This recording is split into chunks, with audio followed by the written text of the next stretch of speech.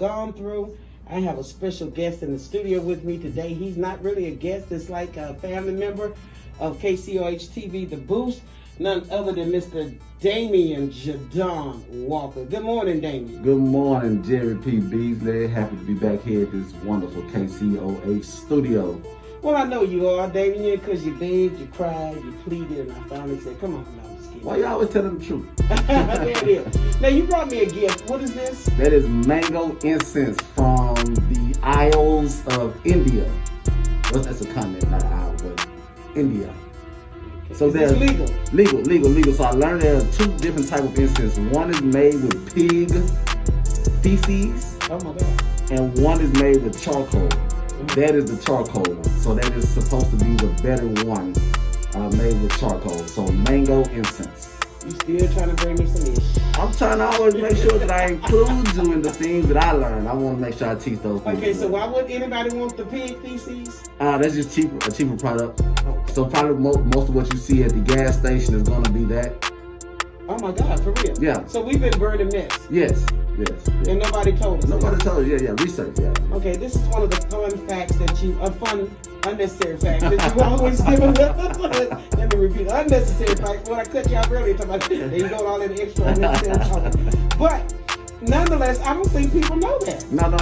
And it wasn't even open. You had to open it, so that's how serious I was. I wanted to make sure I brought you a brand new pack of incense. Well, I like your style because you've never come to me empty-handed, and I thank God for you, for real. All serious aside, you've done a lot with KCOH. We're getting ready to start reprogramming again. Yes. Your show has been asked to come back. The Conservative Liberal. Tell us a little bit about that. And you know, now that is all that has gone on in the world, the title Conservative Liberal. Yes. I'm paying more attention to that title. Before you told me that, and it never really registered. Tell us a little bit why you named it that.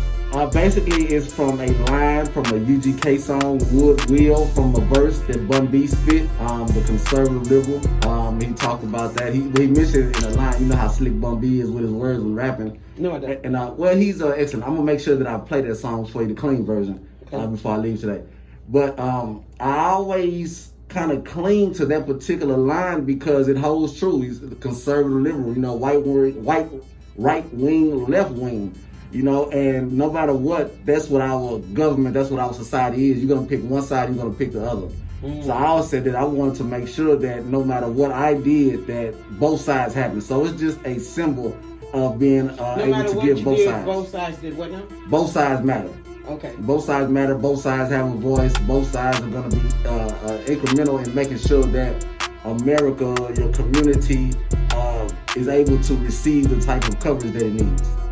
Now, many would question that because with the election season we've gone through, there have been many people, hostile battles, Facebook wars, people deleting people, blocking people. I didn't block some people, I ain't gonna lie. Okay.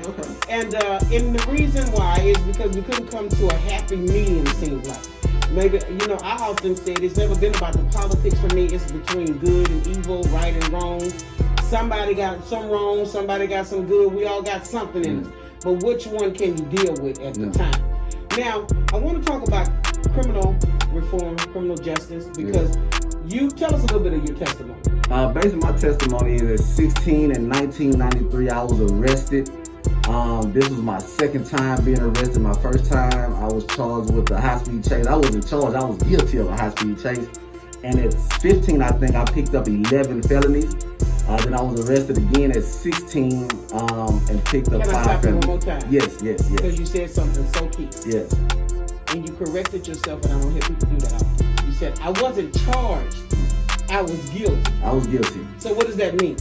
The high-speed chase I did. I took HPD on a high-speed chase through school zones and apartments and everything. I never told you that story. That was one of my better stories, actually. And you wouldn't have been in here.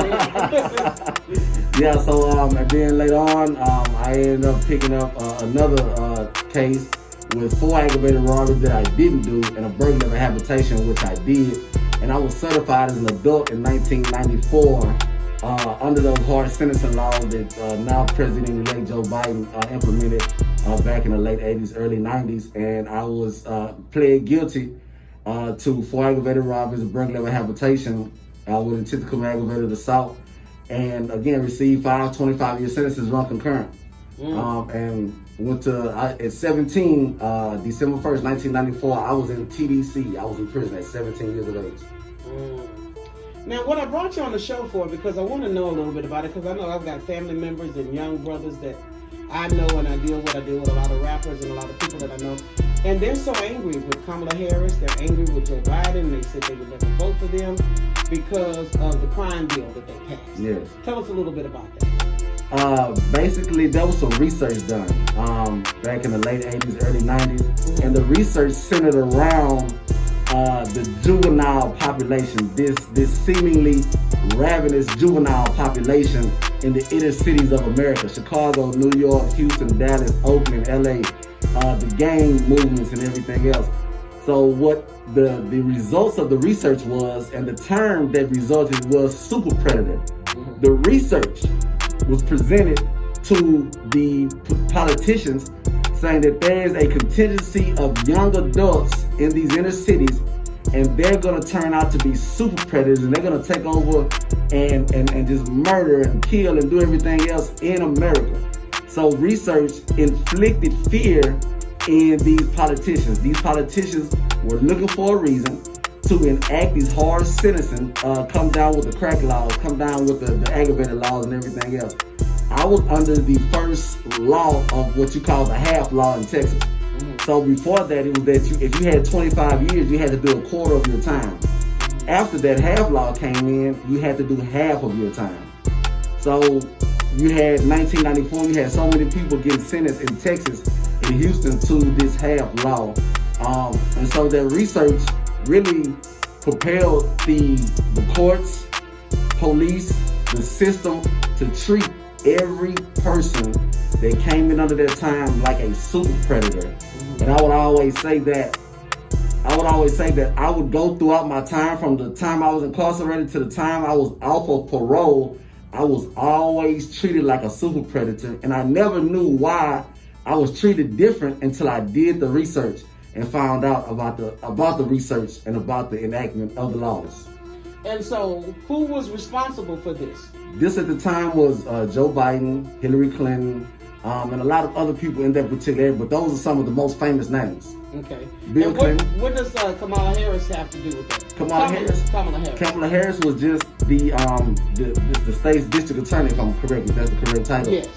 California. So she upheld these laws. Okay. And that's what a lot of people have been dissatisfied about. First of all, I say that was her job. She had to do a job. Okay. But people feel like the African American population feels like that somebody that understands the culture, understands what we've been through, will be able to make positive impacts on the wrongs of those before her. And most people feel that she did not make positive impacts when she had an opportunity. Okay, now you said that she did do her job. That was her job. That was her job. Yeah. And so, I don't know why, and I personally don't know why we're so angry, because if she did her job, she did her job, and we want her to do her job. But as an elected official, you still have a duty to the people. Not just the people that elected you, because everybody didn't vote, but you still have a duty to the people that you serve or that you say you serve. If you say you serve the people, those are the people that you elected, that elected you. But the people that you serve are the people in your constituency. Okay. So if she didn't do her part to right wrongs, and she continued those wrongs, that is a fault to her and a fault to her legacy. That's what I believe.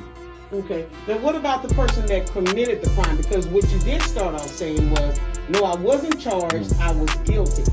What is the responsibility of the criminal? Responsibility of the criminal is that he did a crime, he or she did a crime. What most people are focusing on when they're talking about that dissatisfied was that we know that laws were enacted to affect a certain population of people. If you're in position and you truly understand that, because she's a smart individual, and anybody that serves, mainly this politician, besides some people that we may know recently, are smart individuals, they have an opportunity to right some wrongs. And people always talk about righting their wrongs, but now you've been elected as vice president, and now you want to talk about righting wrongs when you had the opportunity to right wrongs 10 years ago. Okay, so can I ask you who you voted for? I did vote for a hard decision, Biden and Kamala Harris. Can I ask you why, other than that, and that's major, other than that, why should it have been a hard decision compared to Donald J. Trump? Well, there was no reason other than that. It was the fact that at 16, I was on a path unforeseen to me. Though I didn't commit the crimes. And so let me explain something.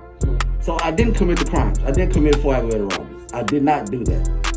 So, but I'm in a system that's so on edge. I'm in a court system that's so on edge, nobody will listen to rationale because of research. So he allowed that to happen. He was one of the proponents. He has apologized since then.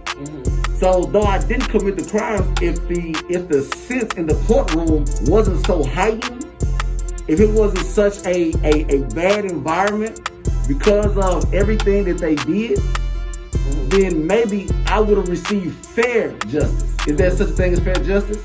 Maybe I would have received fair justice. Maybe the thousands of other men and women that went through the system at that time would have received fair justice. So the reason that it was a difficult decision for me was because there were some decisions that were made that affected not only my life, but I can tell you so many stories of men and women that were in there since they were